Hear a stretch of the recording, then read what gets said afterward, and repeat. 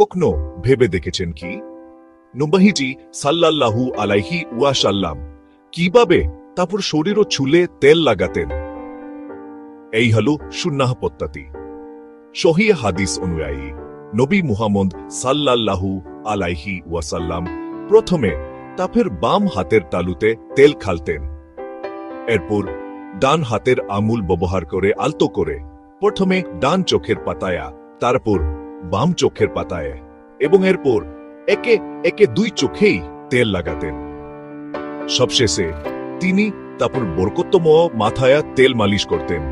শুরু করতেন কপালের ডান দিক থেকে। শরীরে তেল লাগানোর সময় তিনি সবসময় ডান দিক থেকে শুরু করতেন। তা সে তাকুর ডান হাত হোক, ডান পা হোক অথবা শরীরের ডান পাশ হোক, সকল ভালো কাজে ডান দিক থেকে শুরু করা তার অভ্যাস ছিল।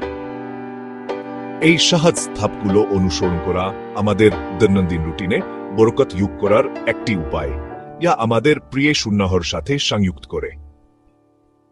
আপনারাও চেষ্টা করে দেখুন। ছোট্ট আমল, বড় সওয়াব।